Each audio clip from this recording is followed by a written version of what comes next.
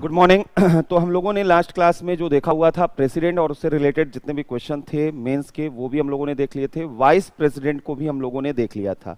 आज जो हम लोगों को स्टार्ट करना है वो प्राइम मिनिस्टर और उनके काउंसिल ऑफ मिनिस्टर्स को देखना है और अटॉर्नी जनरल ऑफ इंडिया उनके बारे में, उनके रोल के बारे में देखना है, क्योंकि यहाँ से भी प्रीलिम्स में तो क्वेश्चन आते ही आते हैं और कई बार ये भी देखा जाता है कि मेंस से रिलेटेड क्वेश्चन भी यहाँ पर छोटे क्वेश्चन जो हैं वो बना दिए जाते हैं। तो इसलिए हमें यहाँ पर भी अच्छे तरीके से इस चीज़ को समझना है। तो हम प्राइम मिनिस्टर्स को और काउंसिल ऑफ मिनिस्टर पहले देखने चलते हैं कि प्रधानमंत्री और यह इनका जो मंत्रिपरिषद है वह किस तरीके का, किस रूप में होता है।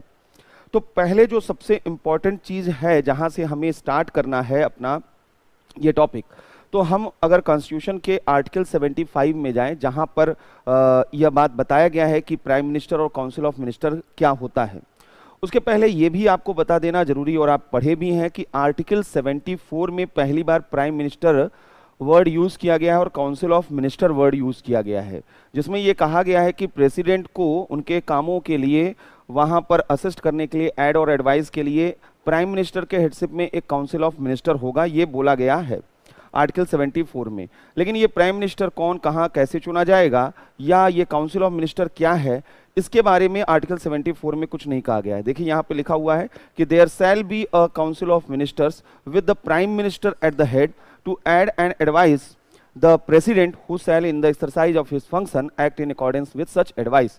तो यहाँ पर प्राइम मिनिस्टर और काउंसिल ऑफ मिनिस्टर का जिक्र किया गया है, लेकिन ये कौन है, कैसे इनको चुना जाएगा, इसके बारे में जो प्रोविजन है वो आर्टिकल 75 में है, वहां से हम लोगों को इनको समझना है।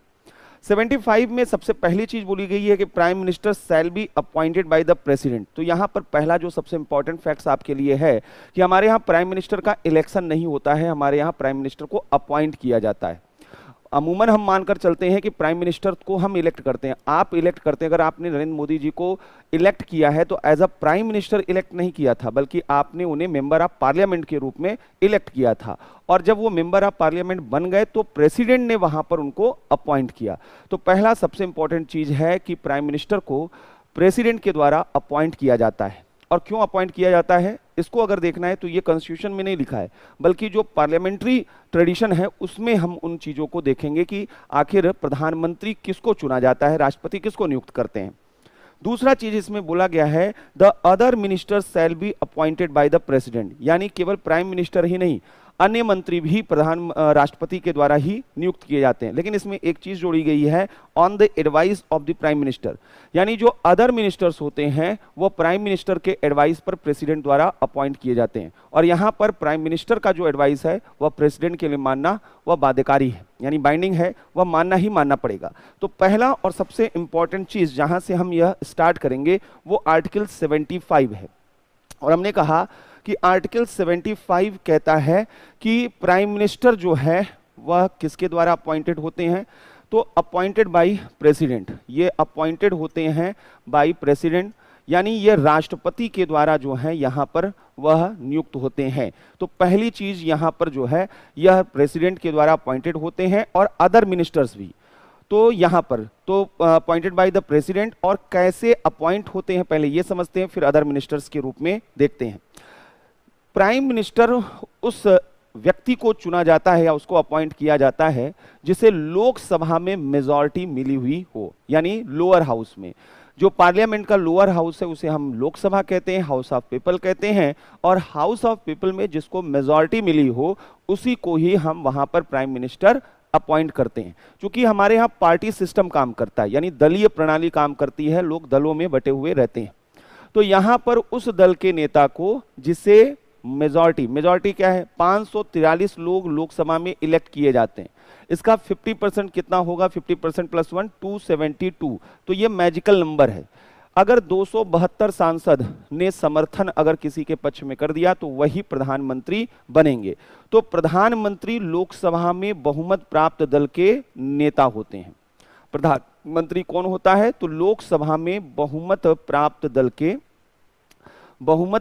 दल के नेता होते हैं। मेजॉरिटी जिनके पास होती है उस पार्टी के लीडर को हम यहां पर प्रेसिडेंट प्राइम मिनिस्टर के रूप में अपॉइंट करता है। क्लियर है। दूसरी चीज हमने कहा कि अदर जो मिनिस्टर्स हैं, अदर मिनिस्टर की अगर बात की जाए तो अदर मिनिस्टर भी जो हैं वो किसके द्वारा अपॉइंट किए जाते हैं? राष्ट्रपति के द्वारा नियुक्त किए जाते हैं। राष्ट्रपति द्वारा नियुक्त किए जाते हैं, लेकिन यहां पर हमने बताया था कि ये प्राइम मिनिस्टर के एडवाइस पर यानी प्रधानमंत्री की सलाह पर इनको नियुक्त किया जाता है। इनको प्रधानमंत्री की सलाह पर नियुक्त किया जाता है। अब एक और बड़ा इंपॉर्टेंट सा सवाल है, ये अदर मिनिस्टर्स कितने हो सकते हैं? प्रधानमंत्री कितने अन्य मंत्रियों को यहां पर नियुक्त कर सकते हैं, और ये मंत्रियों की जरूरत कैसे पड़ती है, क्यों पड़ती है, इन चीज को भी समझे। हमारे यहाँ पर आज़ादी के पहले अंग्रेजों का शासन था, ब्रिटिश रूल था। ब्रिटिश रूल के दौरान यह देखा जाता था, अगर उनके हम गवर्नेंस के मॉडल को समझें तो शुरुआती दौर में जब वहाँ पर पूरा भारत एक नहीं था, यानी ब्रिटिश रूल में पूरा इंडिया जो है कवर नहीं होता था, तो उस वक्त कोलकाता प्रेसिडेंसी, मद्रास प्रेसिडेंसी और बॉम्बे प्रेसिडेंसी, 3 प्रेसिडेंसी होती थी। तीनों प्रेसिडेंसी में वहाँ पर जो एडमिनिस्ट्रेशन है उसको देखने की जिम्मेदारी वहाँ के गवर्नर को दी जाती थी। यानी बॉम्बे का गवर्नर अलग होता था और कोलकाता और चेन्नई का अलग होता था। इन तीनों में कई बार कॉन्फ्लिक्ट होते थे, आपस में कोऑर्डिनेशन नहीं होते थे। आगे चलकर पूरे भारत के लिए जितनी भी प्रेसिडेंसी ब्रिटिश इंडिया में होती, उसके लिए एक गवर्नर जनरल बना दिया गया, जिसको गवर्नर जनरल कहा जाने लगा और जिसे गवर्नर जनरल ऑफ इंडिया कहा जाने लगा। तो गवर्नर और गवर्नर जनरल और गवर्नर जनरल ऑफ इंडिया फिर कहा जाने लगा। तो उन्हीं के पास सारी पावर होती थी। गवर्नर जनरल जो इंडिया के होते थे, उनका एक अपना एग्जीक्यूटिव काउंसिल होता था, यानी कार्यकारी परिषद होता था। यानी उनको सहायता देने के लिए 4-5 लोगों का एक अपना काउंसिल होता था, जो कि गवर्नर जनरल को वहां पर हेल्प करते थे। ये एग्जीक्यूटिव काउंसिल का जो मेंबरशिप था वो शुरुआत से बदलता रहा है, कभी 4 रहे, कभी 3 रहे, कभी 5 हो गए, अलग अलग समय में अलग अलग रहे हैं। लेकिन जो समझने वाली चीज है कि छोटा सा एक ग्रुप रहता था जो उनको सहायता देता था गवर्नर जनरल को। आगे चलकर जब भारत में रिवोल्ट हुआ 1857 का, और अंग्रेजों ने यह समझ लिया कि अब भारत में रूल कर पाना बड़ा मुश्किल हो चुका है, तो उनको अपनी पूरी की पूरी पॉलिटिकल जो स्ट्रक्चर था उसको बदलने की जरूरत पड़ी।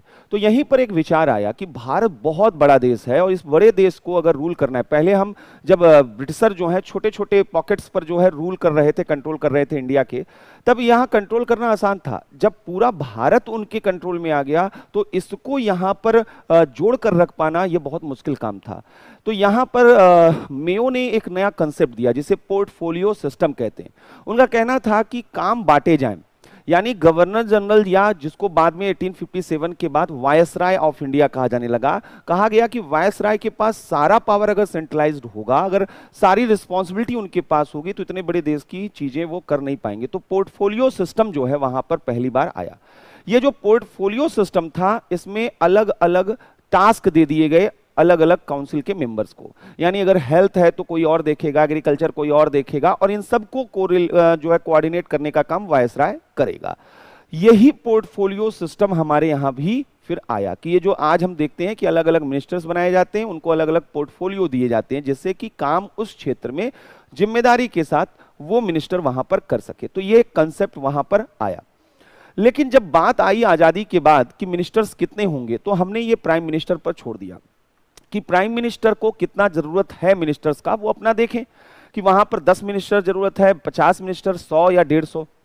शुरुआती दौर में हमारे यहाँ मिनिस्टर्स जो थे वो बहुत ज्यादा रखे जाते थे, खासकर 90 के डिकेड में, क्योंकि पॉलिटिकल पार्टी जो भी होती थी, कांग्रेस, बीजेपी, सपा, बसपा, कोई भी हो, तो कोई भी पॉलिटिकल पार्टी अपने अधिक से अधिक वर्कर को पॉलिटिकल सिस्टम में अपीज करना चाहती है। अगर मिनिस्टर बना दिया जाता है तो जो कार्यकर्ता है उनके अंदर एक नया उत्साह, नया जोश आ जाता है और वो मंत्री पद का लाभ लेते हैं वहां पर। तो मंत्री जो है कई तरीके के बनाए जाते थे, इसीलिए शुरुआती दौर में जंबो कैबिनेट का कंसेप्ट होता था कि बहुत बड़ा मंत्रिमंडल वहां पर होता था। अब मंत्रिमंडल बनाने में प्रॉब्लम क्या है, अगर बहुत से मंत्रियों को हम अपॉइंट करते हैं तो उतनी मिनिस्ट्री वहां पर आपको ओपन करनी पड़ेगी, उनके स्टाफ को आपको अपॉइंट करना होगा, उनका एक्सपेंडिचर अलग तरीके का होगा, तो बहुत ज्यादा एक्सपेंडिचर होता है। और जब बहुत ज्यादा मिनिस्टर या मिनिस्ट्रीज होती हैं तो प्रॉब्लम कोऑर्डिनेशन की होती है। अब एक ही विषय पर, अब एजुकेशन का मामला है, प्राइमरी एजुकेशन के लिए अलग मिनिस्टर्स, हायर एजुकेशन के लिए अलग है, सेकेंडरी एजुकेशन के लिए अलग है, आपस में तीनों में कन्फ्लिक्ट चल रहा है, क्योंकि ये जो है एजुकेशन तो एक कंपोजिट, एक होलिस्टिक अप्रोच है, और 3-3 मिनिस्टर हमने बना दिए, तो कोऑर्डिनेशन नहीं होता था। इससे क्या है, डिले होता था पॉलिसी इंप्लीमेंटेशन में, इससे पॉलिसी कोऑर्डिनेशन भी नहीं हो पाता था, पॉलिसी डिले भी होता था, तो ये बड़ा प्रॉब्लम आता था। तो एक तरफ एडमिनिस्ट्रेटिव एक्सपेंडिचर बढ़ते जा रहे थे, दूसरी तरफ पॉलिसी कोऑर्डिनेशन बेहतर तरीके से नहीं हो पा रहा था, और तीसरी तरफ यह भी देखा जा रहा था कि यहां पर जब आप बहुत बड़ा साइज कर देते हैं मिनिस्टर्स वगैरह का, तो ऐसे में वहां पर ब्यूरोक्रेटिक जो है नर्सिया वो आ जाती है, यानी नौकरशाही वहां पर पनपना शुरू हो जाती है और काम बहुत तेजी से नहीं हो पाते, धीमे धीमे वहां पर होने स्टार्ट हो जाते। तो कुल मिलाकर एक बड़ा अलग तरीके का प्रॉब्लम्स यहां पर आ जाता है, और ये जो है हमारे यहाँ शुरुआती दौर में था। बाद में धीरे धीरे हमने महसूस किया कि मिनिस्टर्स की साइज बड़ी होनी चाहिए या उनका परफॉर्मेंस ज्यादा बेहतर होना चाहिए, यानी कि मिनिमम गवर्नमेंट और मैक्सिमम गवर्नेंस का एक कंसेप्ट आया। मिनिमम गवर्नमेंट यानी सरकार का जो आकार है, जितने मंत्री हैं वो कम होने चाहिए, और गवर्नेंस यानी उनका परफॉर्मेंस यानी उनका आउटकम वो ज्यादा होना चाहिए। तो एक नया कंसेप्ट आया, मिनिमम गवर्नमेंट और मैक्सिमम गवर्नेंस। तो कहा गया कि मंत्रियों की संख्या को हमें रेगुलेट करना होगा, एक हद से ज्यादा मिनिस्टर्स नहीं होने चाहिए। यही वजह है कि हमने 91st कॉन्स्टिट्यूशनल अमेंडमेंट भी किया। 91st कॉन्स्टिट्यूशनल अमेंडमेंट के द्वारा यह बताया गया कि अब जो मिनिस्टर्स की संख्या है, टोटल मिनिस्टर की संख्या है इंक्लूडिंग प्राइम मिनिस्टर, वह लोकसभा के कुल संख्या के वह 15% से ज्यादा नहीं हो सकती, यानी टोटल नंबर ऑफ लोकसभा से के 15% से ज्यादा नहीं हो सकती है। तो यहां पर देखिए, the total number of ministers including the prime minister in the council of minister shall not exceed 15% of the total number of members of the house of the people। तो यानी लोकसभा के कुल सदस्यों के या कुल संख्या के 15% से अधिक मंत्रिपरिषद का आकार नहीं हो सकता है। तो यहां पर यह बोला गया कि मंत्रिपरिषद का आकार जो है वो प्रधानमंत्री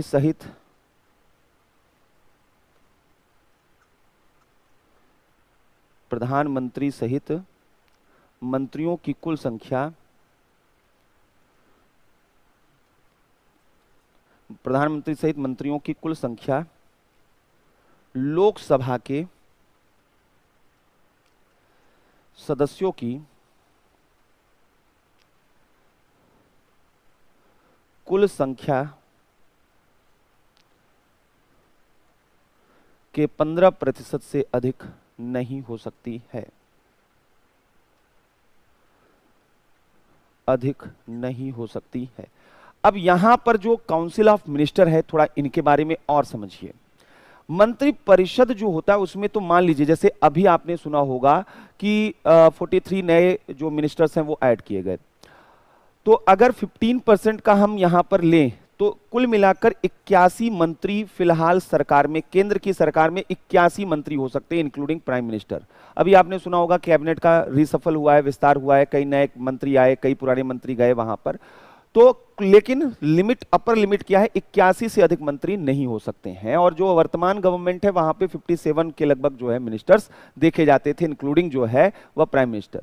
अब ये जितने 60-65 जो भी मिनिस्टर्स ये अपॉइंट कर रहे हैं, इन मिनिस्टर की रैंकिंग एक जैसी नहीं है, इनमें भी एक हायरार्की है। कुछ क्रीम वाले मिनिस्टर्स होते हैं, कुछ नॉर्मल मिनिस्टर्स होते हैं, इनकी भी रैंकिंग है। तो ये संविधान में नहीं लिखा गया है, लेकिन अगर सामान्य रूप से देखा जाए तो मंत्रियों को 3 वर्गों में बांटा जा सकता है।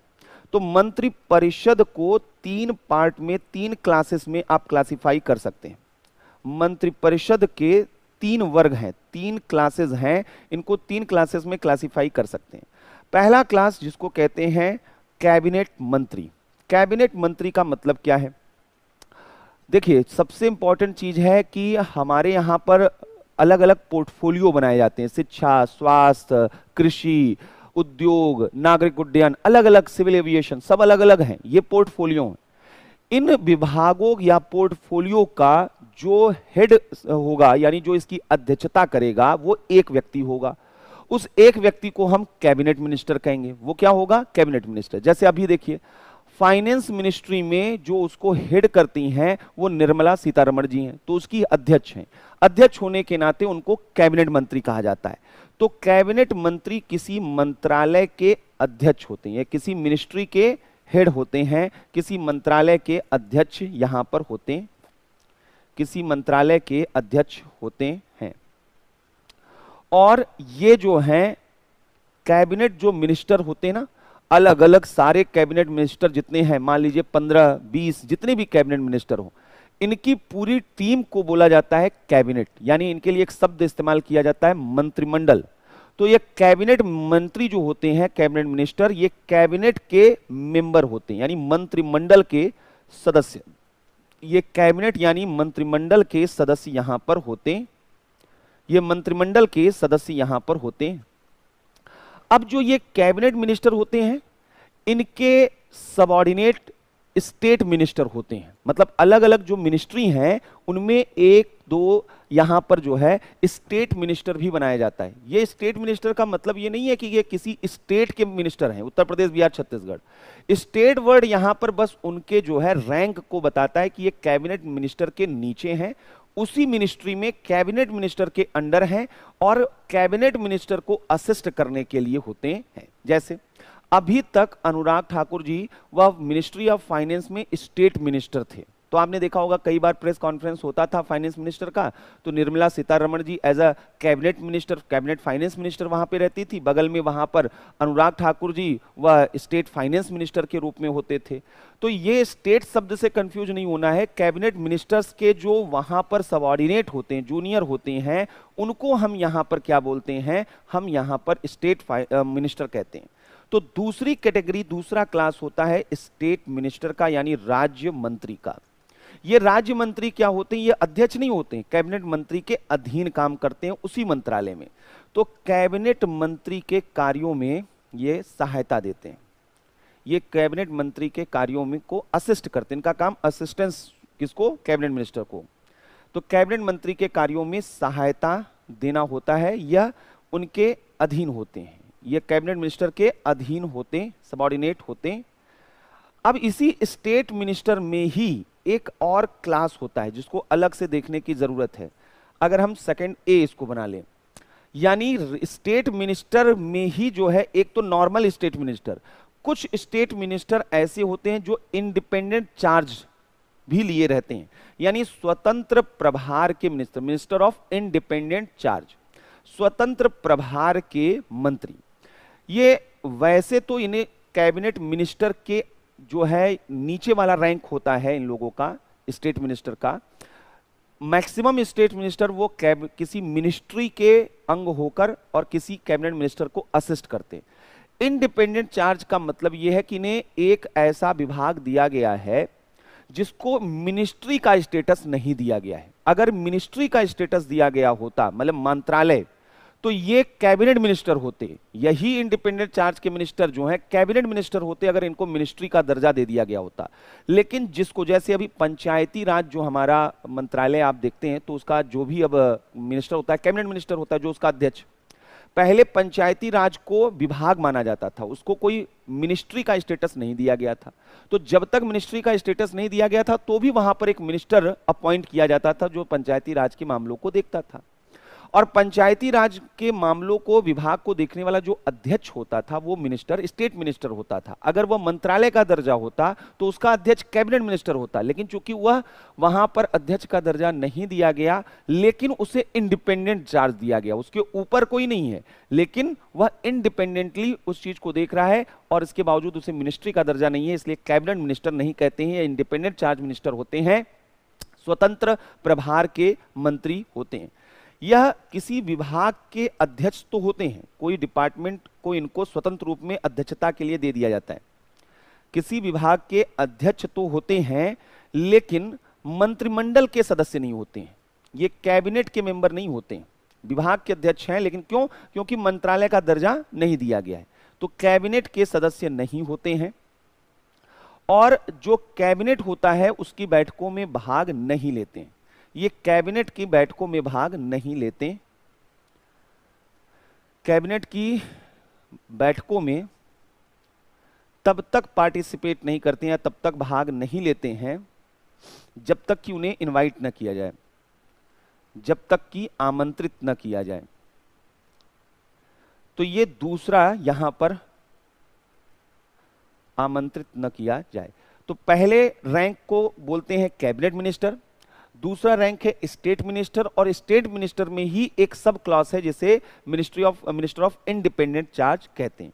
और तीसरा जो एक और क्लास होता है उसको डिप्टी मिनिस्टर कहते हैं। आजकल डिप्टी मिनिस्टर्स नहीं देखे जाते हैं, पहले डिप्टी मिनिस्टर्स बहुत ज्यादा होते थे। यानी एक कोई कैबिनेट मिनिस्टर होता था, कोई स्टेट मिनिस्टर, और उसके नीचे भी कई डिप्टी मिनिस्टर बना दिए जाते थे जिनका काम कैबिनेट मिनिस्टर और स्टेट मिनिस्टर इन दोनों को असिस्ट करना होता था। तो जो डिप्टी मिनिस्टर होते थे, कैबिनेट मंत्री और स्टेट मिनिस्टर, राज्य मंत्री की सहायता के लिए यहां पर देखे जाते थे। तो एक चीज जो यहां पर समझना आना चाहिए कि जो काउंसिल ऑफ मिनिस्टर्स हैं, यानी जिन्हें मंत्री परिषद शब्द कहा जाता है, उसके 3 क्लासेस हैं। उसमें 3 तरीके के मंत्री हैं। एक कैबिनेट मंत्री हैं जो विभागों के अध्यक्ष होते हैं, उनके अधीन जो काम करते हैं राज्य मंत्री, और कोई विभाग की अध्यक्षता करने वाला वहां पर मंत्री, लेकिन कैबिनेट स्टेटस नहीं दिया गया, मिनिस्ट्री स्टेटस नहीं दिया गया है, तो स्वतंत्र प्रभार का मंत्री, और उनके नीचे इंडिपेंडेंट मिनिस्टर यानी डिप्टी मिनिस्टर यानी उप मंत्री वहां पर होते हैं। ये 3 कैटेगराइजेशन यहां पर किए गए हैं। अब यहां से एक और क्लासिफिकेशन बहुत समझना जरूरी हो जाता है। ये तो हम बता रहे थे काउंसिल ऑफ मिनिस्टर के बारे में कि मंत्री परिषद क्या होता है, काउंसिल ऑफ मिनिस्टर। लेकिन काउंसिल ऑफ मिनिस्टर के साथ साथ एक और वर्ड बहुत ज्यादा सुना जाता है कि ये कैबिनेट है। हम सुनते हैं ना कि आज जो है प्राइम मिनिस्टर जो है कैबिनेट की बैठक करेंगे, जिसे मंत्रिमंडल कहते हैं। तो क्या मंत्री परिषद और मंत्रिमंडल ये अलग अलग वर्ड हैं? काउंसिल ऑफ मिनिस्टर और कैबिनेट ये अलग अलग हैं? तो बिल्कुल ये दोनों अलग अलग हैं। अलग अलग क्यों हैं, पहले उसको देखते हैं। जब हम बात करते हैं काउंसिल ऑफ मिनिस्टर की, तो काउंसिल ऑफ मिनिस्टर में हर तरीके के मिनिस्टर शामिल हैं, चाहे वो कैबिनेट मिनिस्टर हो, चाहे वो स्टेट मिनिस्टर हो, चाहे इंडिपेंडेंट चार्ज के मिनिस्टर हो, और चाहे डिप्टी मिनिस्टर। तो यहां पर सभी मंत्री शामिल होते हैं जो हमारा काउंसिल ऑफ मिनिस्टर होता है। जब बात आती है कैबिनेट की, तो कैबिनेट में केवल और केवल कैबिनेट मिनिस्टर ही शामिल होते हैं। यहां पर केवल कैबिनेट मंत्री ही शामिल होते हैं और कोई शामिल नहीं होता। यहां केवल कैबिनेट मंत्री शामिल होते हैं, अदर मिनिस्टर्स यहां पर शामिल नहीं होते। जब बात आती है काउंसिल ऑफ मिनिस्टर की, तो इसकी जो संरचना, इसका जो स्ट्रक्चर है, वो यहां कॉन्स्टिट्यूशन में ही बताया गया है। आप काउंसिल ऑफ मिनिस्टर के बारे में कहां पे आपने पढ़ा है? आर्टिकल 74 में पढ़ा, वहां पे लिखा है मंत्री परिषद। आर्टिकल 75 आप पढ़ रहे हैं, वहां पे काउंसिल ऑफ मिनिस्टर्स के बारे में बताया गया है कि कौन मिनिस्टर होगा, कैसे होगा, ये बताया गया है आर्टिकल 75 में। इन दोनों आर्टिकल में कहीं हमने कैबिनेट वर्ड यूज किया? आप यहां पर आर्टिकल 75 देख रहे हैं, तो देखिए यहां पर क्या लिखा हुआ है कि the total number of minister including the prime minister in the council of minister. यहां पर कहीं कैबिनेट मिनिस्टर, कहीं भी कैबिनेट मिनिस्टर वर्ड यूज नहीं किया गया है। संविधान में जो कैबिनेट के बारे में अलग से कुछ भी नहीं बताया गया है, लेकिन यहां पर मंत्रिपरिषद के संबंध में वह कॉन्स्टिट्यूशनल प्रोविजन किए गए, संवैधानिक प्रावधान किए गए। कॉन्स्टिट्यूशनल प्रोविजन किस संबंध में? इसकी संरचना, इसके स्ट्रक्चर और ऑर्गेनाइजेशन को लेकर प्रोविजन आपको मिल जाएंगे। आर्टिकल 74 और 75 जो हैं उसमें इसके स्ट्रक्चर और ऑर्गेनाइजेशन के बारे में चीजें हैं, लेकिन यहां पर ऐसा संवैधानिक प्रावधान नहीं है। इसके संबंध में कैबिनेट के बारे में संवैधानिक प्रावधान संरचना के बारे में नहीं है, इसके संरचना के संबंध में नहीं है। कैसा होगा कैबिनेट, ऐसा कुछ भी नहीं बताया गया है हमारे कॉन्स्टिट्यूशन में। केवल एक जगह इसका उल्लेख है, केवल आर्टिकल 352 में एक बार वर्ड यूज किया गया है, कैबिनेट में उल्लेख है, और किसी आर्टिकल में मेंशन भी नहीं है, और इसके स्ट्रक्चर और ऑर्गेनाइजेशन के बारे में तो बिल्कुल नहीं बताया गया है। जबकि काउंसिल ऑफ मिनिस्टर अधिक कॉन्स्टिट्यूशनल है क्योंकि इसके कॉन्स्टिट्यूशनल प्रोविजन दिए गए। कैबिनेट संसदीय परंपराओं पर, पार्लियामेंट्री ट्रेडिशन कन्वेंशन पर बेस्ड है। कैबिनेट वर्ड हमारे कॉन्स्टिट्यूशन में इस तरीके से नहीं है। काउंसिल ऑफ जो मिनिस्टर्स होता है, इनमें मंत्रियों का काम पॉलिसी इंप्लीमेंटेशन होता है। मेनली इनका काम नीतियों का कार्यान्वयन होता है, इनका काम नीतियों का कार्यान्वयन। जबकि जब हम बात करते हैं कैबिनेट की, तो कैबिनेट क्या होता है? वह हमारा सुप्रीम जो है पॉलिसी मेकिंग इंस्टीट्यूट है। पूरे देश के सर्वोच्च नीति निर्धारण संस्था अगर कोई है तो ये यहां पर वह कैबिनेट होता है, यहीं से पॉलिसीज बनती हैं। सर्वोच्च नीति निर्धारण संस्था कौन है? कैबिनेट। आपने सुना होगा कि इकोनॉमिक अफेयर पर कैबिनेट कमेटी ने की बैठक हुई और उसने ये अप्रूव किया। सर्वोच्च नीति निर्धारण संस्था, यह सुप्रीम पॉलिसी मेकिंग इंस्टीट्यूट है इंडिया का, देश का, यहां पर जहां पर सारी नीतियां वगैरह बनती हैं। कई तरीके की कैबिनेट की कमेटियां होती हैं, कमिटीज बनती हैं, मंत्रिमंडलीय समितियां बनती हैं। ये जो मंत्रिमंडलीय समितियां होती हैं, जैसे cabinet committees on political affair, cabinet committee on economic affair, cabinet committee on industrial matter, अलग अलग मामलों पर मंत्रिमंडलीय समितियां बनती हैं। कोई भी बड़ा फैसला होता है वह प्रधानमंत्री अकेले निर्णय नहीं लेते, कैबिनेट कमिटीज लेती हैं हमेशा। अगर आप ध्यान से अब अखबारों को पढ़ेंगे तो वहां पर मिलेगा कि यहां पर खनन को लेकर या नई मिनरल्स पॉलिसी या नई माइनिंग पॉलिसी को लेकर कैबिनेट कमेटी ऑन एनवायरनमेंट ने अप्रूवल दिया। तो मंत्रिमंडलीय समिति होती है। ये जो मंत्रिमंडलीय समितियां होती हैं, इनमें कई मंत्रियों, कैबिनेट मिनिस्टर्स को शामिल किया जाता है। जैसे एक मान लीजिए कि cabinet committee on economic affair बनाया गया, तो उसमें एक तरफ जो है फाइनेंस मिनिस्टर, प्राइम मिनिस्टर होंगे ही, और एक दो अदर मिनिस्टर्स को भी उसमें इंक्लूड कर लिया जाता है, जिससे कि वह मंत्रियों के बीच में आपसी जो कोऑर्डिनेशन है वो क्या हो सके, बेहतर तरीके से हो सके। तो इसीलिए बोला जाता है कि हमारे यहां पर वह कोई एक व्यक्ति शासन नहीं करता है, एक समूह शासन करता है, जिसको हम कैबिनेट कहते हैं। मेन डिसीजन कौन ले रहा होता है? कैबिनेट। काउंसिल ऑफ मिनिस्टर बहुत बड़ा है, उसमें कुछ ही लोग जो है वो कैबिनेट मिनिस्टर होते हैं, 10, 12, 15। ये जो कैबिनेट मिनिस्टर होते हैं, यही कैबिनेट मिनिस्टर सब कुछ देखते हैं। अभी तक 21 कैबिनेट मिनिस्टर हुआ करते थे मोदी जी के गवर्नमेंट में, अभी उसमें चेंजेस आए हैं। तो कैबिनेट मिनिस्टर्स जो होते हैं वो मेनली सारे डिसीजन वगैरह लेते हैं। तो यहां पर इस चीज को समझना है। अब एक और चीज यहां पर जानना आपके लिए बहुत जरूरी है। जैसा कि मैंने क्लियर किया कि हमारे यहां कैबिनेट जो है वो सबसे पावरफुल है। कैबिनेट कलेक्टिव रिस्पॉन्सिबिलिटी के सिद्धांत पर काम करती है, यानी सामूहिक जवाबदेहिता, कि जहां पर सारा निर्णय वह मिलकर लिया जाएगा और सारे निर्णयों की जिम्मेदारी मिलकर ली जाएगी। केवल प्राइम मिनिस्टर अकेले डिसीजन नहीं लेंगे, सभी प्राइम मिनिस्टर विथ जो है कैबिनेट यहां पर डिसीजन लेंगे। और यही सबसे आइडियल तरीका पार्लियामेंट्री डेमोक्रेसी का होता है। पहला जब हमारा टेन्योर था 1952 में, जब पहली बार चुनाव हुए लोकसभा के और पहली बार प्रधानमंत्री नेहरू निर्वाचित होकर आए और वहां पर जो है प्रधानमंत्री पद उन्होंने संभाला, उस दौर में प्रधानमंत्री अन्य मंत्रियों की सहायता और सलाह से सारे निर्णय लेते थे, मिलजुल कर निर्णय लिए जाते थे। कैबिनेट मिनिस्टर से एडवाइस लेकर वहां कलेक्टिव वो डिबेट डिस्कशन होते थे और तब निर्णय लिए जाते थे, सबकी जानकारी में रहते थे। एक अगर मंत्री कोई निर्णय लेता था उसकी जानकारी सभी कैबिनेट मिनिस्टर्स को होती थी, तब ऐसा होता था। ये शुरुआती दौर में ये आदर्श हमारे यहाँ नेहरू जी के बीच में के शासनकाल में भी देखे गए, शास्त्री जी के शासनकाल में भी देखे गए। लेकिन जब इंदिरा जी का शासनकाल आया तो कंसंट्रेशन ऑफ पावर होने लगा एक पर्सनैलिटी में, यानी इंदिरा जी बड़ी तेजी के साथ वो पावर को एक्युमुलेट करने लगी, यानी होल सोल सब कुछ उन्होंने ही करना शुरू कर दिया।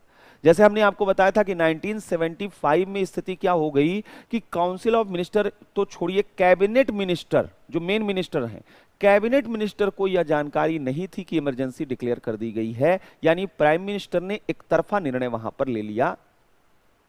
तो ये जो कलेक्टिव रिस्पॉन्सिबिलिटी की प्रिंसिपल है, थ्योरी है, यह उसके खिलाफ है। यहीं से दो चीजें आपके लिए समझना बहुत जरूरी हो जाता है। हमारे यहां पर दो तरीके का एग्जीक्यूटिव होता है, एक एग्जीक्यूटिव जिसे हम पॉलिटिकल एग्जीक्यूटिव कहते हैं और एक जिसे हम एडमिनिस्ट्रेटिव एग्जीक्यूटिव कहते हैं। पॉलिटिकल एग्जीक्यूटिव यानी मिनिस्टर्स, जितने भी मिनिस्टर हैं वो राजनीतिक कार्यपालिका के भाग होते हैं। एडमिनिस्ट्रेटिव एग्जीक्यूटिव यानी जो सिविल सर्वेंट हैं, जिनकी तैयारी आप कर रहे हैं, आप भी कार्यपालिका के सदस्य हैं। कार्यपालिका काम नीतियों को, कानूनों को लागू करना होता है, राजनीतिक कार्यपालिका और प्रशासनिक कार्यपालिका। तो मंत्रिमंडल हमारी सबसे बड़ी राजनीतिक कार्यपालिका है, जिसमें प्रधानमंत्री भी शामिल है और अन्य मंत्री भी शामिल हैं जो कैबिनेट मंत्री हैं। अगर मंत्रिमंडल हमारे यहां प्रभावी होगा तो मंत्रिमंडल के कार्यों को सही तरीके से परफॉर्म करने के लिए उनको भी कुछ एडमिनिस्ट्रेटिव ऑफिसर दिए जाते हैं। उन एडमिनिस्ट्रेटिव ऑफिसर के ऑफिस को कैबिनेट सेक्रेटरीट कहा जाता है, कैबिनेट सचिवालय कहा जाता है।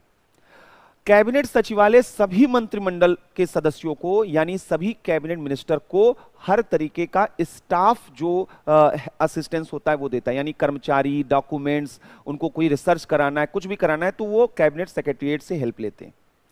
लेकिन प्राइम मिनिस्टर जो होते हैं उनके लिए भी एक छोटा सा ऑफिस बना दिया जाता है, जिसे प्राइम मिनिस्टर ऑफिस कहते हैं, यानी जिन्हें आप पीएमओ के नाम से, पीएमओ के नाम से जानते हैं।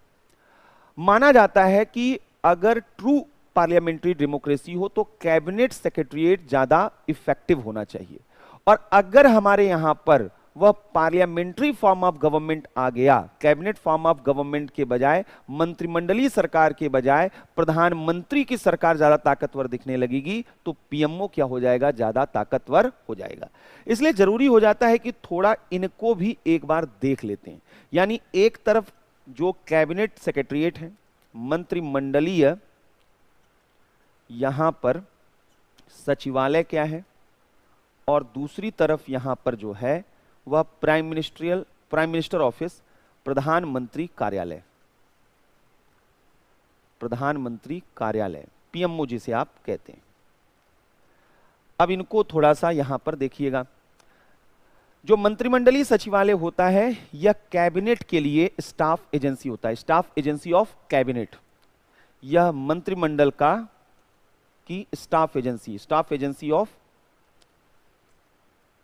कैबिनेट, उनको कर्मचारी वगैरह की व्यवस्था कराता है। और पीएमओ जो है प्रधानमंत्री के लिए की स्टाफ एजेंसी होता है। जो कैबिनेट सेक्रेटरीट होता है ना, उसको जो हेड करते हैं, अध्यक्षता करते हैं, उनका नाम कैबिनेट सचिव होता है, कैबिनेट सेक्रेटरी। अगर आप आईएएस बनते हैं, कम उम्र में आईएएस बनते हैं, तो सबसे बड़ा पोस्ट जो माना जाता है वह कैबिनेट सचिव। लेकिन कब? जब सबसे ज्यादा ताकतवर कैबिनेट हो, कैबिनेट जब काम करता है तो इसकी अध्यक्षता कैबिनेट सचिव करते हैं। प्राइम मिनिस्टर के बाद इन्हीं का पावर बहुत ज्यादा दिखता है, इसकी अध्यक्षता कैबिनेट सचिव द्वारा। ये जो कैबिनेट सचिव होते हैं, इनको एक और जिम्मेदारी दी जाती है, क्योंकि ये सिविल सर्वेंट होते हैं, एडमिनिस्ट्रेटिव ऑफिसर होते हैं, और सबसे बड़े सिविल सर्वेंट होते हैं देश के, इसलिए इनको सिविल सर्विसेज बोर्ड एक होता है, उसका अध्यक्ष माना जाता है। सिविल सर्विसेज बोर्ड के पदेन अध्यक्ष होते हैं, ex officio chairman of civil services board, civil services board. और जो पीएमओ है, इसकी अध्यक्षता प्रिंसिपल सेक्रेटरी द्वारा किया जाता है। इसकी जो अध्यक्षता है वह प्रधान सचिव द्वारा किया जाता है। इनके लिए नाम दिया जाता है प्रिंसिपल सेक्रेटरी। यहां कैबिनेट सेक्रेटरी, यहां पर प्रधान सचिव, प्रिंसिपल सेक्रेटरी। तो प्रिंसिपल सेक्रेटरी यहां पर होते हैं, और यहां पर जो है ये पीएमओ के, मतलब प्रधानमंत्री के कार्यों में सहायता देते हैं, प्रधानमंत्री के कार्यों में सहायता देते। और ये जो है कैबिनेट के, पूरे कैबिनेट, ये कैबिनेट की बैठकों और कॉन्फ्रेंस का क्या है, संचालन करते हैं। कैबिनेट की बैठकों का संचालन इनके द्वारा कब होगी, कैसे होगी, सब कुछ ये देखते हैं। तो जब यह देखा जाता है कि अगर पॉलिटिकल सिस्टम में प्राइम मिनिस्टर बहुत ताकतवर हो जाए और अदर मिनिस्टर्स का रोल कम हो जाए, तो पीएमओ की भूमिका बढ़ जाती है। 2014 में जब मोदी जी प्राइम मिनिस्टर बनकर आए तो बहुत से लोगों ने क्रिटिसाइज किया कि जो अदर मिनिस्टर्स हैं, कैबिनेट के अदर मेंबर, उनको तो कुछ मालूम ही नहीं है, जो कुछ है वो वहां पर सारा निर्णय मोदी जी ले रहे हैं। और इसलिए उस वक्त पीएमओ ज्यादा ताकतवर दिखाई देता था। यानी फाइनेंस मिनिस्टर, फॉरेन मिनिस्टर या एग्रीकल्चर, किसी भी मिनिस्टर को कुछ भी डिसीजन लेना होता था तो वो डिसीजन एक बार आता था पीएमओ वहां पर उस पर जो है वह दिखता था, और पीएमओ तब अप्रूवल करता था कि हाँ आपको ये काम करना है या नहीं करना है। तो माना गया पीएमओ वहां पर ज्यादा ताकतवर होता गया। क्रिटिसाइज किया जाता है पीएमओ अगर ज्यादा ताकतवर होता है या प्राइम मिनिस्टर। क्रिटिसाइज इसलिए किया जाता है क्योंकि यह पावर के कंसंट्रेशन को बताता है, या जो कलेक्टिव रिस्पॉन्सिबिलिटी का प्रिंसिपल है या उसके खिलाफ जाता है। यह डेलिब्रेटिव प्रोसेस को कमजोर करता है। यानी कैबिनेट में अगर निर्णय लिए जाते, प्रधानमंत्री कार्यालय से निर्णय लिए जाएंगे, एक दो लोग निर्णय ले रहे हैं, और कैबिनेट की बैठकों में निर्णय लिए जाएंगे, तो वहां पर अच्छा खासा चर्चा परिचर्चा होगा, डिबेट डिस्कशन होगा, तो बेहतर जो है डिसीजन हो सकते हैं, कलेक्टिव विजडम के थ्रू आ सकता है, और एक सिनर्जी वहां पर एक टीम के रूप में, एक टीम इंडिया के रूप में हमारा कैबिनेट दिखाई देगा। तो ये अलग अलग समय में यह क्रिटिसाइज भी किया जाता है कि कैबिनेट सेक्रेटरीट ज्यादा ताकतवर होना चाहिए या पीएमओ, कैबिनेट ज्यादा ताकतवर होना चाहिए या प्राइम मिनिस्टर। तो यहां पर बैलेंस होना चाहिए। अब आइए एक तीसरी चीज यहीं पर समझते हैं, प्रिंसिपल ऑफ रिस्पॉन्सिबिलिटी, यानी उत्तरदायित्व का सिद्धांत।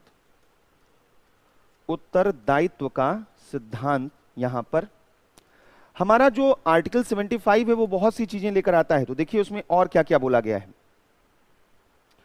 तो यहां पर जो है यह बोला गया है, the ministers shell hold office during the pleasure of president. राष्ट्रपति के प्रसाद पर्यंत यानी प्लेजर पर यहां पर मिनिस्टर्स अपने ऑफिस को होल्ड करते हैं। जिस दिन प्रेसिडेंट का वो प्लेजर उनसे हट गया वैसे ही वो मिनिस्टर पद से हट जाएंगे। यानी अगर देखा जाए तो मिनिस्टर किसके लिए रिस्पॉन्सिबल है? रिस्पॉन्सिबल किसके प्रति आप होते हैं? जो आपको अपॉइंट करता है और जो आपको हटा सकता है, यानी जो आपके ऊपर एक्शन ले सकता है। जो एक्शन आप जो है अगर वहां पर रिस्पॉन्सिबिलिटी, जैसे हम कहें कि जो पीपल्स रिप्रेजेंटेटिव हैं, जनता के प्रतिनिधि, वो किसके लिए रिस्पॉन्सिबल हैं? जनता के लिए। तो जनता के लिए क्यों रिस्पॉन्सिबल है? क्योंकि जनता 5 साल बाद उनको क्या कर सकती है? हटा सकती है। तो यहां पर एक जवाबदेहिता है। और जवाबदेहिता कब खत्म हो जाती है? जब कोई हमारे खिलाफ कोई कार्रवाई नहीं कर सकता है। मैं कुछ भी करूं और मेरे ऊपर कोई एक्शन कोई लेने वाला ना हो तो मैं इररिस्पॉन्सिबल, अनअकाउंटेबल होता जाऊंगा। यहां पर मिनिस्टर्स को जो है वह रिमूव किया जा सकता है किसके द्वारा? प्रेसिडेंट के द्वारा। इसलिए हर एक मिनिस्टर इंडिविजुअली वो किसके लिए रिस्पॉन्सिबल होता है? प्रेसिडेंट के लिए। व्यक्तिगत रूप में राष्ट्रपति के प्रति क्या है? उत्तरदायी होता है। लेकिन आगे देखिए, the council of ministers shall be collectively responsible to the house of people. यानी जो यहां पर जो मंत्री परिषद है एज अ होल, वह सामूहिक रूप में किसके प्रति जवाबदेह होते हैं? लोकसभा, हाउस ऑफ पीपल के प्रति। इन दोनों में अंतर क्या है थोड़ा उसको समझिएगा। एक मंत्री, जैसे अभी जो है हमारे यहाँ पे जो आईटी मिनिस्टर थे रविशंकर जी और बहुत से बड़े बड़े मंत्री हटा दिए गए, ठीक है। तो मंत्री हटा दिए गए, प्रेसिडेंट ने हटा दिया, मतलब वो कोई बहुत बड़ा मुद्दा नहीं था। मिनिस्टर्स को हटाना वहां पे प्रेसिडेंट का काम है। लेकिन क्या मोदी जी की सरकार को हटाया जा सकता है? क्या प्रेसिडेंट मोदी जी की सरकार को हटा सकते हैं? नहीं। एज अ होल गवर्नमेंट को आप नहीं हटा सकते, यानी पूरे काउंसिल ऑफ मिनिस्टर्स को, पूरे कैबिनेट को आप नहीं हटा सकते, लेकिन आप मिनिस्टर्स को हटा सकते हैं। अगर काउंसिल ऑफ मिनिस्टर की बात आएगी कि काउंसिल ऑफ मिनिस्टर यानी काउंसिल ऑफ मिनिस्टर क्या है? सरकार, गवर्नमेंट ऑफ इंडिया।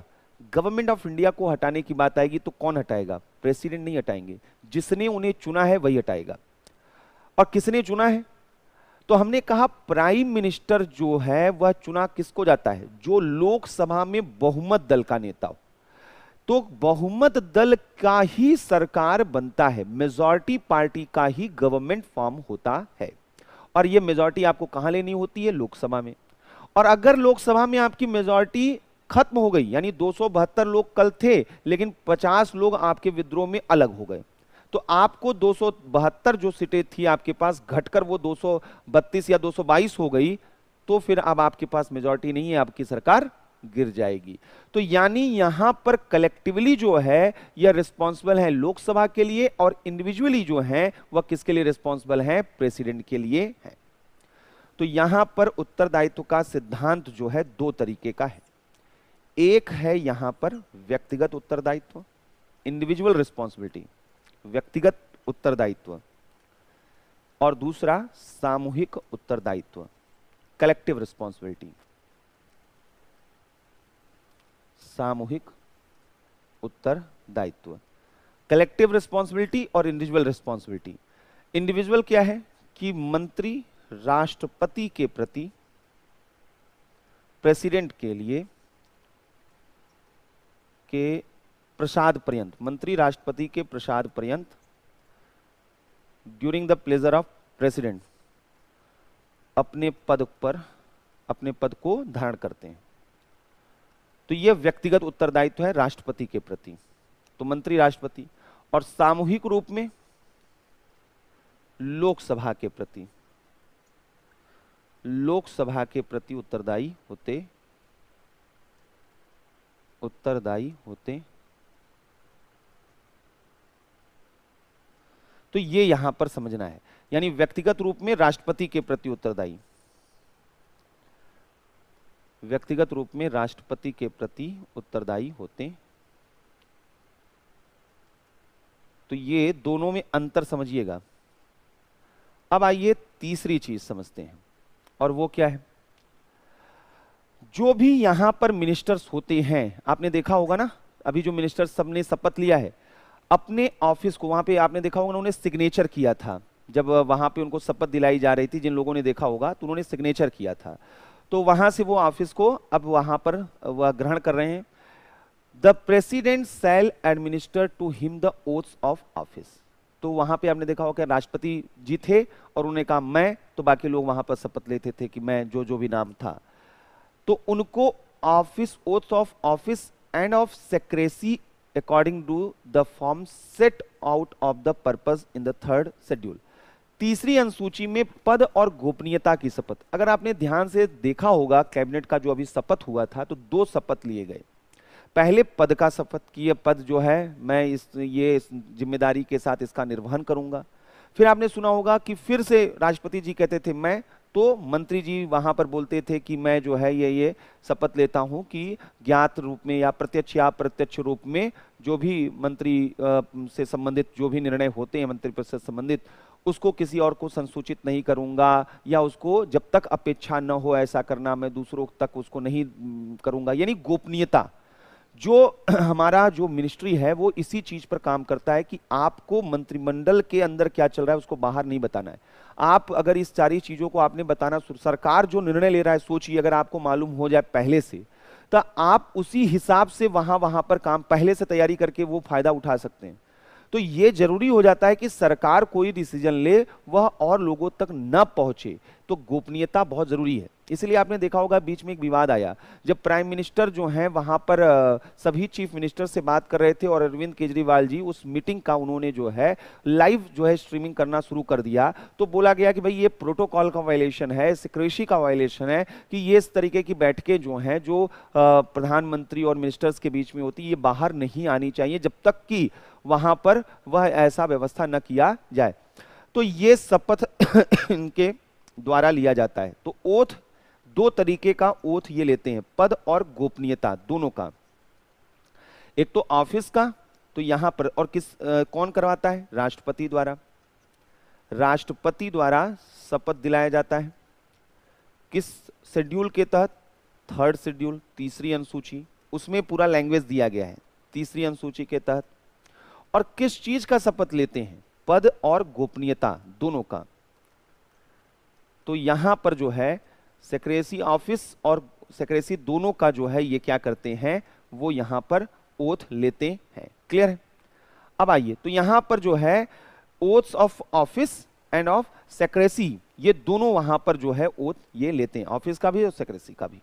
अब एक और महत्वपूर्ण चीज यहां पर जो हमें समझना है, वो मिनिस्टर्स के जो प्रिविलेजेस होते हैं, मंत्रियों के अपने कुछ विशेषाधिकार होते हैं। देखिए क्या विशेषाधिकार होते हैं जो इनको बड़ा महत्वपूर्ण बना देते हैं। तो बोला गया है कि every ministers and attorney general, attorney general अभी हटाते हैं, प्रत्येक मंत्री के पास एक अधिकार है, shall have the right to speak in and otherwise to take part in the proceedings of either house, any joint sitting of the house and any committee of parliament of which he may be named a member, but shall not by virtue of this article be entitled to vote। तो जो सबसे महत्वपूर्ण चीज है, हर एक मंत्री का एक विशेषाधिकार है। मंत्री किसी न किसी सदन का सदस्य होता है, वह चाहे लोकसभा का सदस्य हो और चाहे राज्यसभा का। अगर वह अपॉइंट किए जाने के समय वह किसी भी जो है अगर वह नहीं है, अगर वहां पर वह किसी भी जो है हाउस का मेंबर नहीं है, तो नियम कहता है कि अगले 6 महीने के अंदर आपको किसी न किसी हाउस का मेंबर होना पड़ेगा, अदरवाइज आप मंत्री नहीं रह जाएंगे।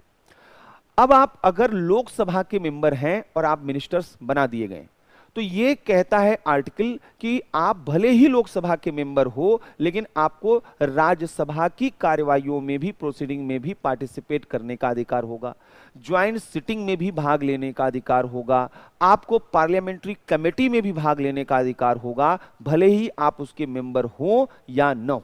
हाँ, ये अलग बात है कि जब आप किसी दूसरे हाउस के मेंबर हैं और किसी दूसरे हाउस की प्रोसीडिंग में पार्टिसिपेट करते हैं, तो वहां पर आप अपना व्यू, अपना ओपिनियन रख सकते हैं, लेकिन राइट टू वोट आपके पास वहां नहीं रहेगा, मत देने का अधिकार नहीं रहेगा। मतलब क्या है? तो यहां पर हमने कहा कि सबसे इंपॉर्टेंट चीज क्या है, जो एक महत्वपूर्ण चीज है, कि मंत्री जो हैं वह मिनिस्टर्स, कोई भी मिनिस्टर वह संसद के दोनों सदनों में से किसी भी सदन का सदस्य होना चाहिए, आइदर हाउस, दोनों सदनों में से किसी भी सदन का सदस्य होना चाहिए, किसी भी सदन का सदस्य होना चाहिए। और अगर ऐसा नहीं है, यदि कोई मंत्री नियुक्ति के समय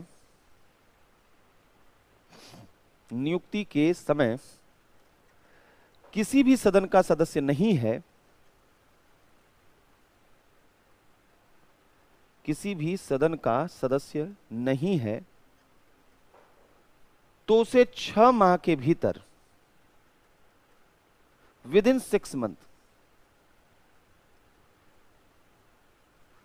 संसद के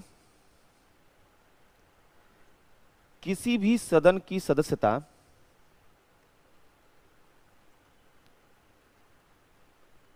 अनिवार्य रूप में लेनी चाहिए।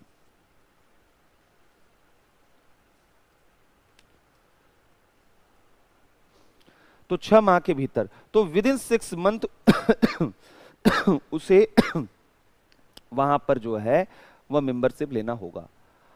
ये एक चीज, अदरवाइज उसकी मेंबरशिप खत्म हो जाएगी, मतलब मिनिस्टर्स वो नहीं रह जाएगा।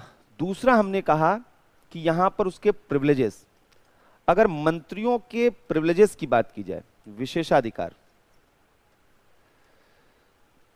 तो मंत्रियों के विशेषाधिकार को देखिए क्या है।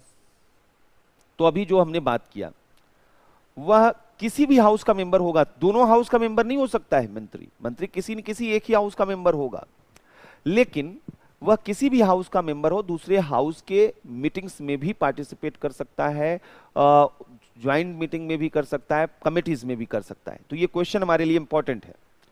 तो यहां पर बोला गया है कि पीएम और अदर मिनिस्टर, अन्य मंत्री, संसद के किसी भी सदन में, संसद के किसी भी सदन में, सदनों की संयुक्त बैठक में, संयुक्त बैठक में और संसद की किसी समिति में, और संसद की किसी समिति में, जिसमें किसी समिति में भाग ले सकते हैं, पार्टिसिपेट कर सकते हैं, अपना विचार रख सकते हैं, लेकिन मतदान उसी सदन में जिसके सदस्य हों। तो यहां पर ये महत्वपूर्ण। अब एक चीज यहां पर तो थोड़ा सा, तो फिर से एक बार देखिए, every ministers shall have the right to speak in and otherwise to take part in the proceedings of either house, any joint sitting of the house and any committee of parliament of which he may be named a member, but shall not be not by virtue of this article be entitled to vote। तो clear होना चाहिए, ये यहाँ पे कोई confusion नहीं, easy है। अब एक और दो चीजें यहाँ पर जाननी हमारे लिए जरूरी हो जाती है। एक और बड़ा इंपॉर्टेंट सा टर्म यूज किया जाता है, वो किया जाता है किचन कैबिनेट और शैडो कैबिनेट के बारे में, कि किचन कैबिनेट क्या होता है, शैडो कैबिनेट क्या होता है, ये सारी चीजें भी जरूरी होती हैं। लेकिन इसके पहले कि हम किचन कैबिनेट और शैडो कैबिनेट समझते हैं, हम प्राइम मिनिस्टर का रोल एक बार देख लेते हैं। रोल ऑफ प्राइम मिनिस्टर यानी प्रधानमंत्री की भूमिका। रोल ऑफ प्राइम मिनिस्टर, प्रधानमंत्री की भूमिका अगर हमें देखना है तो हम कैसे देखेंगे? तो प्राइम मिनिस्टर का रोल क्या है पहले ये समझिएगा।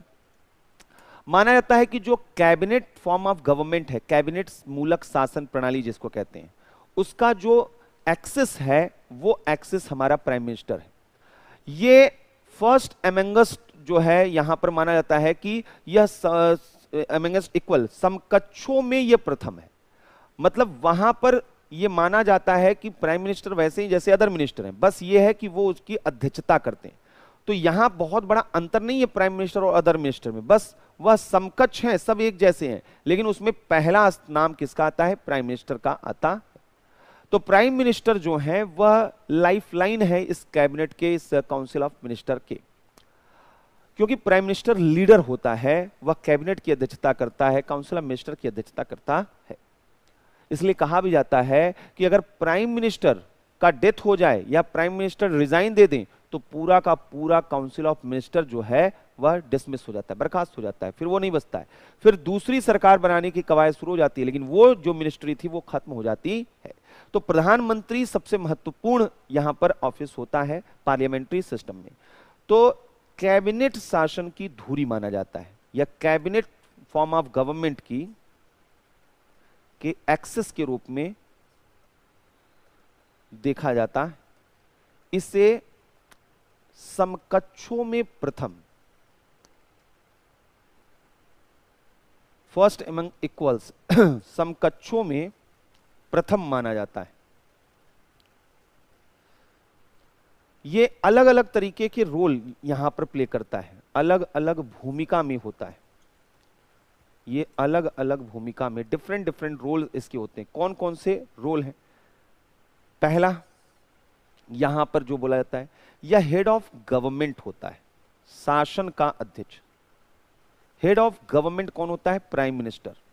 प्राइम मिनिस्टर में ही शासनाध्यक्ष के रूप में वास्तविक शक्तियां इसके पास होती हैं, या वास्तविक कार्यपालिका, यानी रियल एग्जीक्यूटिव ये होता है, वास्तविक कार्यपालिका, जिसको डी फैक्टो एग्जीक्यूटिव कहते हैं। वास्तविक शक्तियां जो है, वास्तविक कार्यपालिका, यही होता है, इसी के पास यहां पर वह मेन पावर होता है। डी फैक्टो पावर गवर्नमेंट का किसके पास होता है? वह प्राइम मिनिस्टर के पास होता है। दूसरा, यह काउंसिल ऑफ मिनिस्टर का अध्यक्ष होता है, यह हेड होता है मंत्रिपरिषद का अध्यक्ष होता है। मंत्रिपरिषद में जितने मंत्री हैं वो राष्ट्रपति के द्वारा नियुक्त किए जा रहे हैं, लेकिन रिकमेंड कौन करेगा? Prime minister. अभी जितने मिनिस्टर्स हटाए गए हैं वो किसके रिकमेंडेशन पे हटाए गए हैं? प्राइम मिनिस्टर के। ये जो पोर्टफोलियो दिया जाता है ये कौन देता है कि आप जो है शिक्षा मंत्री होंगे, आप स्वास्थ्य, ये कौन डिसाइड करेगा? प्राइम मिनिस्टर डिसाइड करते हैं, उनका अपना कैबिनेट है। तो यहां पर समझना है कि पहली चीज ये है कि प्राइम मिनिस्टर की सलाह पर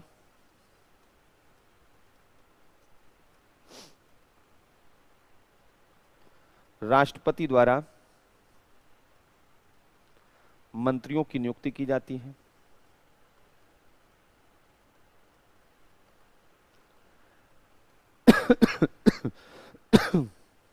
मंत्रालयों का फेरबदल, रीसफलिंग जो होती है, मंत्रालयों में फेरबदल भी वो ये सब प्राइम मिनिस्टर का काम है। यहां पर मंत्रालयों का आवंटन, एलोकेशन ऑफ मिनिस्ट्री, ये कौन करता है? ये सब प्राइम मिनिस्टर का इतना महत्वपूर्ण रोल होता है।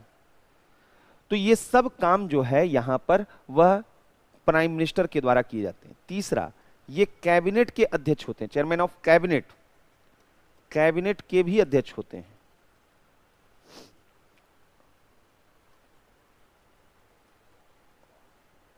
कैबिनेट के अध्यक्ष क्यों? कैबिनेट की अध्यक्षता करते हैं, कैबिनेट की अध्यक्षता करते हैं। और प्राइम मिनिस्टर ही जो है वह सभी जो डिसीजन, जो कैबिनेट, जो इंपॉर्टेंट कैबिनेट कमिटीज होती हैं वह उसको अध्यक्षता कौन करते हैं? Prime minister. उसका गठन कौन करते हैं? वह यहां पर इनके द्वारा ही किया जाता है। तो कैबिनेट समितियों का गठन भी इन्हीं के द्वारा किया जाता है, जो सारे निर्णय लेता है। इसके साथ साथ इनका एक और बड़ा इंपॉर्टेंट रोल होता है। अच्छा, एक चीज और यहां पर समझना है कि मंत्रिपरिषद का अस्तित्व, काउंसिल ऑफ मिनिस्टर का अस्तित्व जो है, एग्जिस्टेंस, वो प्राइम मिनिस्टर पर ही डिपेंडेंट है। मतलब कि प्राइम मिनिस्टर के निधन या त्यागपत्र, अगर डेथ हो जाए या रिजाइन दे दें की स्थिति में पूरा काउंसिल ऑफ मिनिस्टर बर्खास्त हो जाता है, वही खत्म हो जाता है, विघटित हो जाता है। तो काउंसिल ऑफ मिनिस्टर जो है वो पूरी तरीके से टिका हुआ है उन्हीं के ऊपर। ये सब उनके अलग अलग रोल हैं। एक सबसे बड़ा रोल ये भी होता है कि ये प्राइम मिनिस्टर जो हमारे होते हैं वो प्रेसिडेंट जो हेड ऑफ नेशन है और जो मिनिस्टर्स हैं, अलग मिनिस्टर्स, इनके बीच एक ब्रिज बने होते हैं। प्रेसिडेंट हर दिन जो कि हेड ऑफ नेशन है, ठीक है, तो यहां पर सिंबॉलिकली जो है हम अगर देखें तो हमारा जो प्रेसिडेंट है वो तो हमारे लिए सबसे ताकतवर, सबसे इंपॉर्टेंट जो है ऑफिस है, क्योंकि वो हेड ऑफ नेशन है। तो हेड ऑफ नेशन जो हमारा है, हेड ऑफ नेशन से हमारे एक्सपेक्टेशन ज्यादा होते हैं, क्योंकि वह देश के चीजों को वहां पर न्यूट्रल तरीके से देखना उनको चाहिए। तो प्राइम मिनिस्टर का ये कर्तव्य है, ड्यूटी है कि वो सारी चीजें जो मिनिस्ट्री में हो रही हैं वो प्रेसिडेंट को बताएं। और इसके लिए आर्टिकल 78 में प्रोविजन भी किया गया है। बाकायदा आर्टिकल 78 ये कहता है कि क्या क्या ड्यूटी यहां पर जो है वह प्राइम मिनिस्टर की है। तो ये बोला गया है कि it shall be the duty of the prime minister. क्या है ड्यूटी यहां पर देखिए आर्टिकल 78 में, पहली चीज, to communicate to the president all decision of the council of minister. सभी जो डिसीजन लिए जा रहे हैं काउंसिल ऑफ मिनिस्टर के वो प्रेसिडेंट को बताना चाहिए। प्राइम मिनिस्टर का ये काम है, relating to the administration of the affairs of the union and proposals for legislation. जो भी यहां पर संघ सरकार के मामले हैं प्रशासन से संबंधित और कानूनों से संबंधित। दूसरा, to furnish such information relating to the administration of the affairs of the union and proposals for legislation as the president may call for। अगर एक तो आप खुद दे दीजिए, कम्युनिकेट कर दीजिए, और एक हो गया अगर राष्ट्रपति ऐसा मांगे तो राष्ट्रपति को दे दीजिए। और तीसरा बोला गया है कि अगर जो है if the president so requires to submit for the consideration of the council of ministers any matter on which a decision has been taken by a minister but which has not been considered by the council। कई बार ऐसा होता है कि किसी मंत्री ने कोई decision ले लिया लेकिन बाकी लोगों ने उस पर कोई राय नहीं दिया है, बाकी मिनिस्टर से कोई बात नहीं की गई है। तो प्रेसिडेंट कह सकता है कि भाई आप उस प्रपोजल को, उस मुद्दे को लेकर जाइए सबके सामने रखिए काउंसिल के पास और तब वहां डिसीजन लीजिए। तो यहां पर यह प्राइम मिनिस्टर का एक ड्यूटी भी है। तो यह bridge between president and other ministers का काम करता है। तो पीएम जो है वो राष्ट्रपति और मंत्री परिषद के मध्य कड़ी है, ब्रिज है between president and council of minister.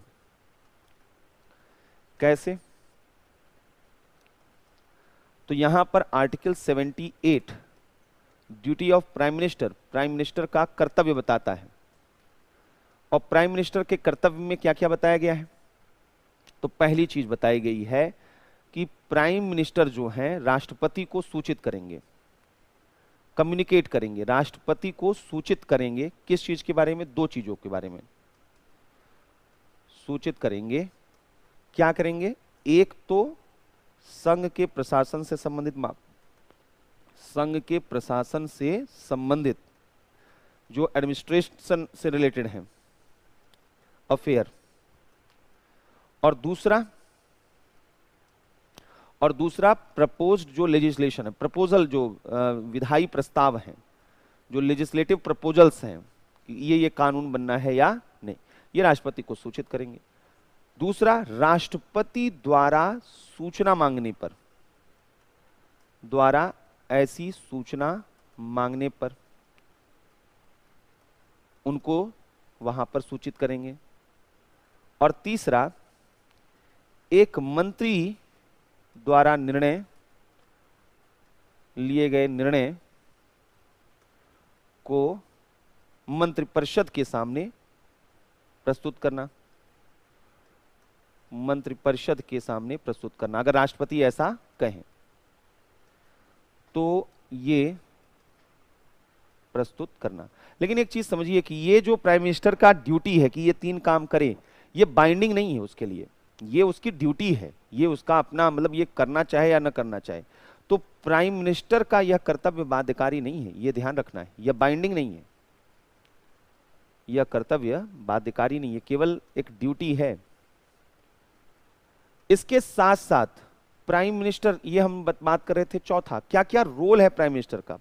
पांचवा महत्वपूर्ण रोल देखिए प्राइम मिनिस्टर का क्या है। वह कई ऑफिसेस को चेयर करता है। कई जो है अनेक निकायों के एक्स ऑफिशियो चेयरमैन होते हैं, एक बॉडी जो है उनके पदेन अध्यक्ष होते हैं। यह आपको मालूम होना चाहिए किन किन ऑफिसेस को जो है प्राइम मिनिस्टर हेड करते हैं, चेयरमैनशिप उनका करते हैं। आपको मालूम होना चाहिए इंटर स्टेट काउंसिल, आगे हम पढ़ेंगे इनके बारे में, अंतर्राज्यीय परिषद की अध्यक्षता वो प्राइम मिनिस्टर करते हैं। नीति आयोग की अध्यक्षता प्राइम मिनिस्टर करते हैं। जो नाभिकीय कमांड प्राधिकरण है, न्यूक्लियर जो कमांड अथॉरिटी है, न्यूक्लियर कमांड अथॉरिटी जो है उसको भी यहां पर इन्हीं के द्वारा अध्यक्षता की जाती है। इसके साथ साथ एटॉमिक जो एनर्जी डिपार्टमेंट है, एटॉमिक एनर्जी डिपार्टमेंट परमाणु ऊर्जा विभाग, उसकी भी अध्यक्षता वह प्राइम मिनिस्टर करते हैं, एटॉमिक एनर्जी डिपार्टमेंट। इसके साथ साथ स्पेस डिपार्टमेंट, अंतरिक्ष विभाग, ये सब जो है यहां पर इसकी अध्यक्षता हमारे प्राइम मिनिस्टर करते हैं। क्लियर है? तो ये प्राइम मिनिस्टर को क्या क्या यहां पर रोल दिया गया है, ये हम थोड़ा सा ब्रीफ में देख रहे थे। तो प्राइम मिनिस्टर का क्या रोल है ये समझ में आना चाहिए, कितना मतलब कि सेंट्रल पॉइंट है प्राइम मिनिस्टर का, इससे आप समझ सकते हैं। अब कुछ चीजें जो हैं हमने कहा थोड़ा अलग से देखते हैं। प्राइम मिनिस्टर जब बहुत चर्चा में रहते हैं तो एक शब्द इस्तेमाल किया जाता है किचन कैबिनेट का। क्या होता है किचन कैबिनेट? कई बार आप सुनते हैं, चिकन कैबिनेट नहीं, किचन कैबिनेट। ये किचन कैबिनेट क्या है? इनफॉर्मल कैबिनेट होता है, एक अनौपचारिक, मतलब जो औपचारिक फॉर्मल कैबिनेट कॉन्स्टिट्यूशन के अकॉर्डिंग होता है ये नहीं है, ये तो अपने ऐसे ही बोल दिया जाता है। कैबिनेट का मतलब क्या होता है? जो सारे डिसीजन लेता है देश के, है ना? तो कैबिनेट में जितने मिनिस्टर्स हैं वही सारे डिसीजन लेते हैं। लेकिन क्या ये सही बात है सारे डिसीजन मिनिस्टर्स ले रहे हैं? हमारे यहां पर अलग अलग प्राइम मिनिस्टर जो इरा रहे हैं उनमें प्राइम मिनिस्टर के ऊपर केवल अपने मिनिस्टर्स नहीं बल्कि उनके कुछ फ्रेंड्स और रिलेटिव्स का बड़ा इंपैक्ट रहा है। जैसे अगर देखा जाए तो इंदिरा जी के बारे में बोला जाता था कि 3-4 ऐसे लोग होते थे, कोर ग्रुप में होते थे, जरूरी नहीं कि वो मिनिस्टर ही हो, जिनके राय का उनके ऊपर सबसे असर पड़ता था, यानी वो सारे डिसीजन उन्हीं लोगों के एडवाइस पे लेती थी इंदिरा जी। ये चीज देखी गई राजीव गांधी जी की गवर्नमेंट में बहुत ज्यादा, जब किचन कैबिनेट वाकई बहुत बड़ा नाम हुआ। राजीव गांधी जी जब आए और प्राइम मिनिस्टर बने तो वो बहुत अनएक्सपीरियंस, पॉलिटिकली एक्सपीरियंस नहीं थे, वो बाहर रहा करते थे, नहीं जानते थे देश के हालात वगैरह, लेकिन ऐसा सिचुएशन देश के सामने आ चुका था और वो रिलेक्टेंट थे, वो प्राइम मिनिस्टर बनना भी नहीं चाहते थे। लेकिन देश के सामने जिस तरीके से, और ये वह दौर था जब सिख का राइट वाला मुद्दा भी चल रहा था यहाँ पे, और हिंदू मुस्लिम का भी धीरे धीरे जो है कन्फ्रंटेशन बढ़ रहा था, देश एक बड़े एनार्की की तरफ बढ़ रहा था। उस दौरान वहां पर सभी बड़े जो लीडर थे कांग्रेस के, उन लोगों ने वहां पे कन्विंस किया, खासकर अरुण नेहरू का बड़ा रोल रहा और बाकी लोगों का रहा। उन लोगों ने यहाँ पर राजीव गांधी को लाया और कहा कि आप प्राइम मिनिस्टर बनिए। तो प्राइम मिनिस्टर बनने के बाद उनके लिए बड़ा मुश्किल काम था कि कैसे इस देश की सारी जानकारी लें और कैसे यहाँ पर सही डिसीजन लें। तो उनके कुछ फ्रेंड्स सर्किल में थे जो दून कॉलेज में उनके साथ कभी पढ़ा करते थे, जिनमें माधवराव सिंधिया, सैम पित्रोदा, ऐसे नाम बड़े थे। बाद में राजेश पायलट भी उनके नाम में जुड़े। ऐसे और बहुत से लोग थे जो उनके फ्रेंड सर्कल में थे। इनमें से बहुत से लोग उनके मिनिस्ट्री का पार्ट नहीं थे, फॉर्मल मिनिस्ट्री का, लेकिन उनके ही सजेशन पर जो है वो कई डिसीजन लेते थे। तो इनफॉर्मल कैबिनेट है जिसमें प्रधानमंत्री अपने मित्रों, रिश्तेदारों, परिवार के सदस्यों के साथ वहां पर मदद लेकर शासन निर्णय लेते हैं। तो चूंकि ये इसलिए बोला जाता था, पहले के समय में ब्रिटेन का ये वर्ड था कि किचन में जो रसोइया होता था उसका बड़ा असर पड़ता था प्राइम मिनिस्टर के ऊपर, तो उसी से ये शब्द लाया गया इनफॉर्मल कैबिनेट का। तो प्रधानमंत्री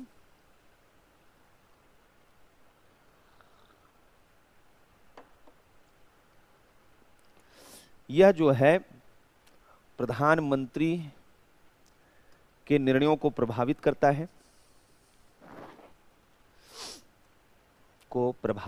है, इसमें कैबिनेट मंत्री भी हो सकते हैं, कैबिनेट मंत्री भी कुछ 1-2 कैबिनेट मंत्री हो, सभी नहीं। पीएम के जो करीबी क्लोज यहां पर करीबी मित्र हो, रिश्तेदार हो, वो सब हो सकते हैं। ये सब मिलकर जो है वो किचन कैबिनेट बनाते हैं।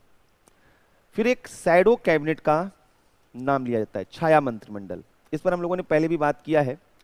बस यहां पर ये शैडो कैबिनेट ब्रिटेन में बहुत ज्यादा पॉपुलर है, ब्रिटेन में पॉपुलर है।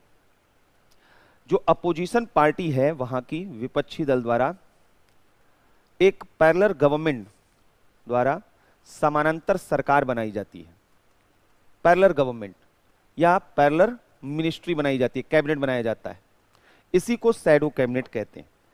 पैरेलल का मतलब क्या है? प्राइम मिनिस्टर तो मतलब कि रियल लीड कर रहे हैं, प्राइम मिनिस्टर उनके मिनिस्टर हैं। अपोजिशन पार्टी, जैसे अब राहुल गांधी जी अपने को प्राइम मिनिस्टर बना ले अपोजिशन में, और बाकी अलग अलग मिनिस्ट्री के हिसाब से कांग्रेस के अलग अलग मेंबर्स को अलग अलग डेजिग्नेशन दे दिया जाए और उनका काम सौंपा जाए।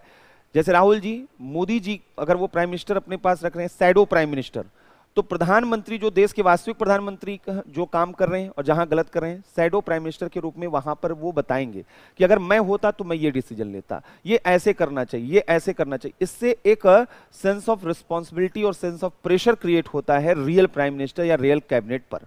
तो ये इसका बेसिक जो है, यह सरकार की नीतियों की समीक्षा करती है।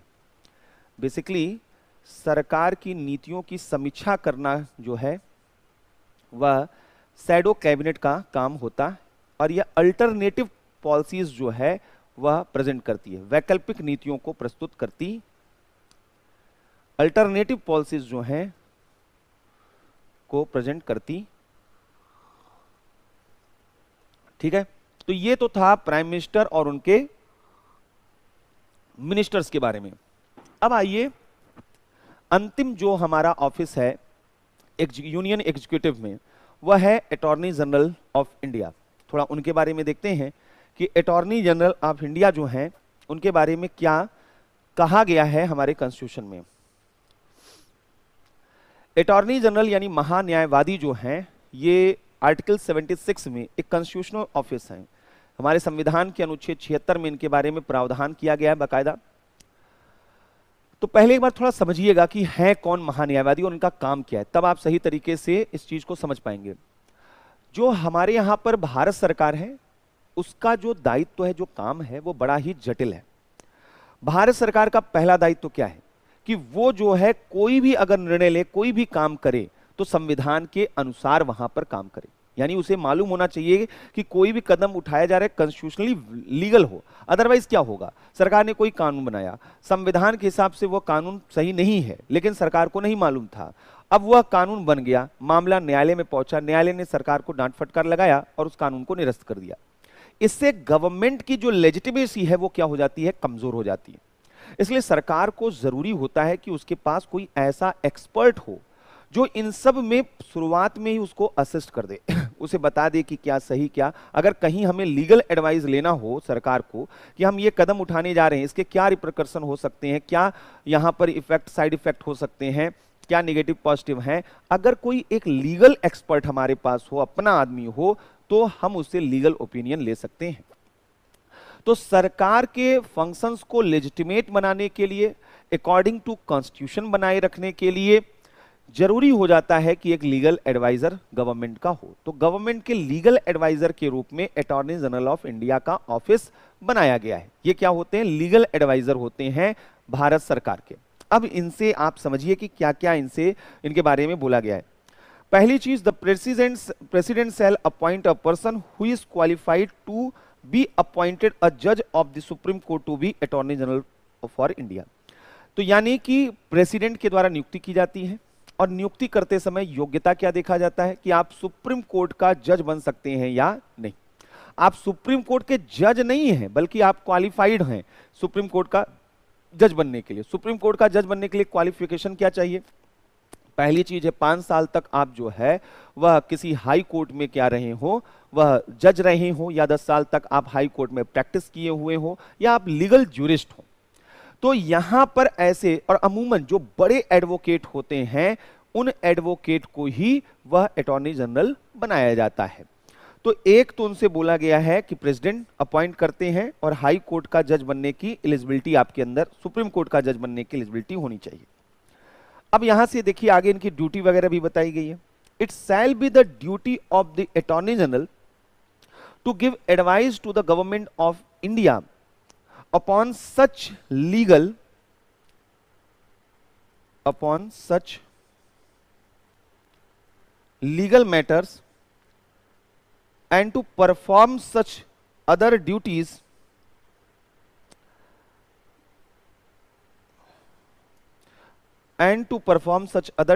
of a legal character as may from time to time be referred or assigned to him by the president, and to discharge the functions conferred on him by or under this constitution or any other law from the time being in force. तो इनका काम duty क्या है? President इनको appoint करते हैं किस चीज के लिए? तो लीगल मैटर्स पर जो है एडवाइस करने के लिए भारत सरकार को, और अदर ऐसे ड्यूटीज को यहां पर परफॉर्म करने के लिए जो लीगल कैरेक्टर के हों, जो कानूनी प्रकृति के मामले हैं, उन पर इनका दायित्व जो है, वहां पर ड्यूटी इनका कर्तव्य है। और साथ ही साथ प्रेसिडेंट, राष्ट्रपति समय समय पर इन्हें जो काम सौंपें जो कि लीगल मैटर से जुड़े हुए, लीगल कैरेक्टर से जुड़े हैं, राष्ट्रपति द्वारा कोई भी अगर काम सौंपा जाए लीगल कैरेक्टर से जुड़ा हुआ, तो उस पर यह सलाह दें।